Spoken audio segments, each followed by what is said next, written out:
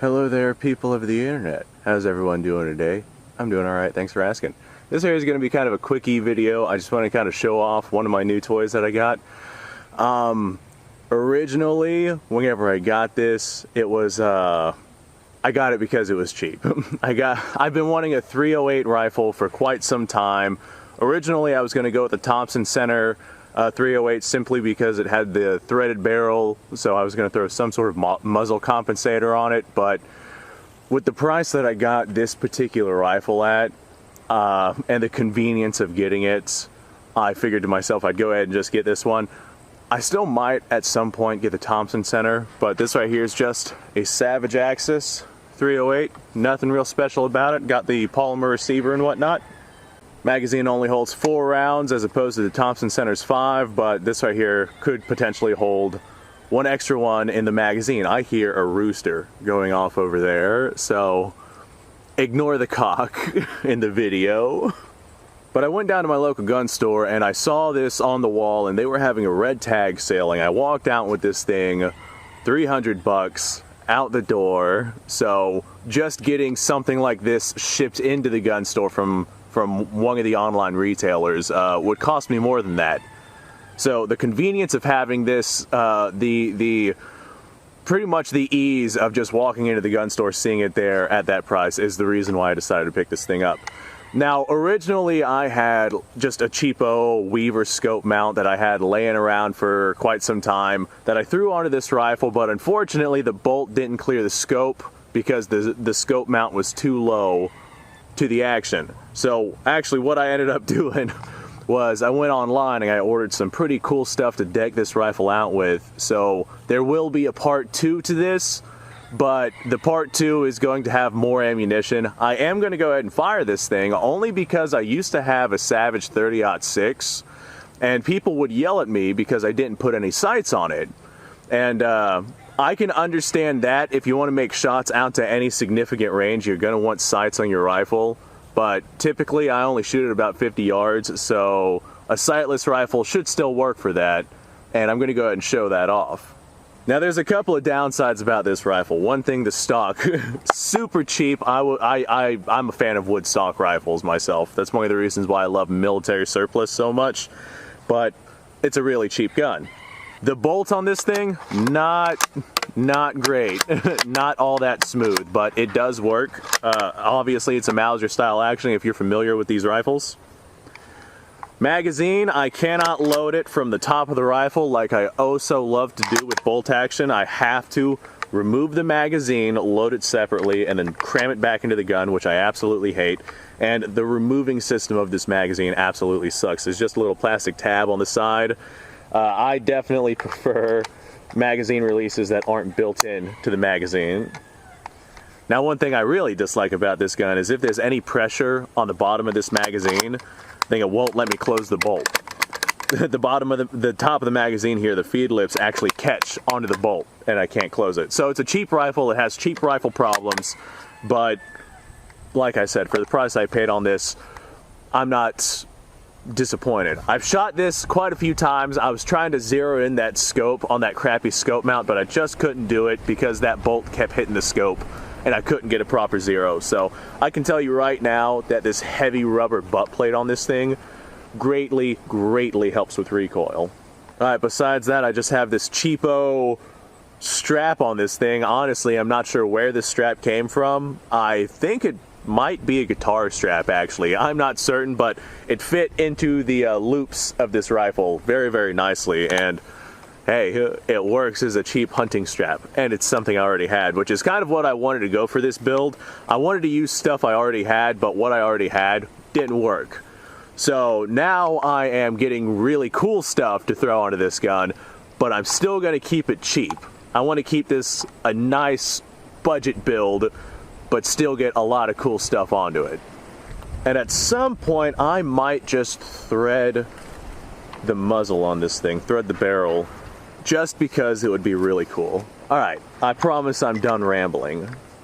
Now, ammunition is expensive and hard to find right now, and literally all I have is 2 rounds of 308, so this right here will be all we fire from this rifle today, but by the time I get, you know, these other accessories for this rifle all have more ammunition for it. All right, throw on me earmuffs. This right here is gonna make a nice little hunting gun, which is probably gonna be this thing's primary function, just because of how light it is and how I mean, it's light, it's cheap, it's modern, it's something that if it got destroyed, like, I could replace it. Like, if you go out hunting with a milsurp and it gets destroyed, you lost a good piece of history, but these right here are still made today. So that's why I wouldn't be concerned about getting this thing dinged up, especially with the polymer stock on it. I don't care if this thing gets scratched up and whatnot. If I had a nice wood stock on it, I'd care a little bit more, but as of right now, matters very little to me. All right, 2 rounds in. I really wish I could load this magazine from the top. As a matter of fact, I might just go looking into modern firearms similar to this that can actually be top loaded. That's what I want. I want a modern gun, pretty much just like this, chambered in 308, that can be top loaded. Oh well, I guess I'm just a special breed. Let's go ahead, lob a couple of rounds downrange. I'm just gonna aim for my steel silhouette. Well, I say aim, I'm just gonna point my rifle at the steel silhouette, and hopefully we'll make our shots on target. Okay, safety is off. Go ahead, line this up. Hopefully we can hit it. Aha, look at that, we hit it no problem. Did I chamber that round? I did. All right, cool. This magazine is kind of sketchy. All right. Yeah, you don't need sights to hit your target, at least at this distance. All right, great gun. The trigger on it is not great. Definitely not like a match trigger, but it's far from bad. Just a little bit of take up, and then you have a nice clean break. So there are some upsides to this gun. Like I said, with the polymer stock and whatnot, cheap gun, I'm not worried about scratching it up. Seems to fire straight, seems to fire accurately, but I won't know until I head out to some actual distance, which I can't do without a proper scope and mount. So the trigger is okay. The bolt on it is okay, definitely better than like a Mosin's bolt or a Carcano bolt or things like that. I mean, it's a Mauser action, so you know how smooth the Mauser actions are. Couple of cons, it's lightweight, so there is a little bit of recoil to it, but that rubber butt pad definitely helps out a lot. Now the finish on this thing, I don't know if it's just because I'm in Florida, but I've got to keep this thing pretty consistently oiled because we constantly have little rust spots showing up on this thing. And like, I could look at this thing and it starts rusting. Not that I really care. Like I said, this is a $300 budget gun, so I don't care all that much if it starts rusting. But I might at some point just fucking spray paint this thing black. Not to make it look any different, but simply to stop rust from showing up, because this absolutely, it sucks. It sucks, with lack of a better term. On the side of the receiver right here, actually both sides of the receiver, there's little vent holes. So if you do manage to rupture a case, you're not going to get hot gas back into your face, hopefully, in theory. A couple of mounting holes on the top of the gun. This right here is what I'm going to be mounting a Picatinny rail to, so I can mount all sorts of stuff to this. I think that what I have coming for this is going to be looking pretty cool. One thing I don't like is the bolt removal of this thing. There's a little tab on the side, just like with a regular Mauser action, but you got to pull the trigger in order to pull that down, and it's just uncomfortable. With lack of a better term, it's just uncomfortable. All right, well, there's my gun. There will be a part 2 to this because, like I said, this right here is just the bare bones rifle. Anyone watching this, if you ever want to decock your gun without dry firing it, while you're lowering the bolt, at least on the Mauser actions, hold the trigger down and it will actually drop the sear and drop the firing pin without fully dry firing it. So now my rifle is nice and safe. Not only that, but I'm not putting unnecessary tension on the spring, which isn't that big of a deal in modern manufacturing, but this is how I do it. All right, well, quick overlook of the new gun. Thanks for watching, guys. If you like this kind of stuff, subscribe to the channel, because as you can see from the card down there, I do this kind of stuff all the time.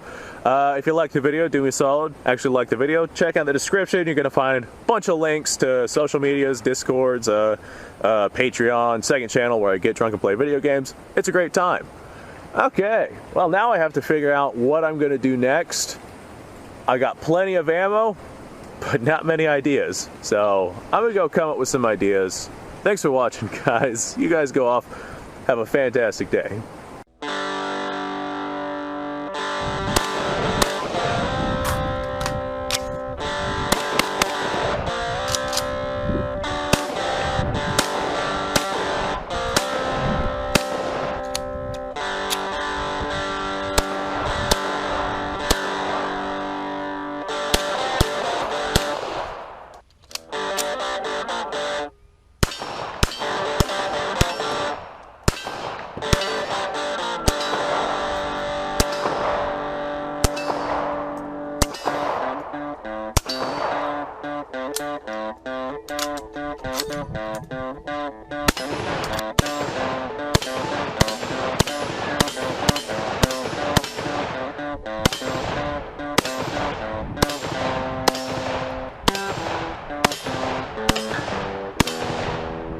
Been a little while since I've done this.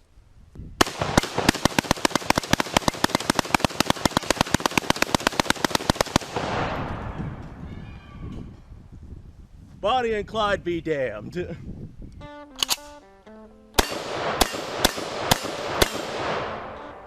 poor man's Garen.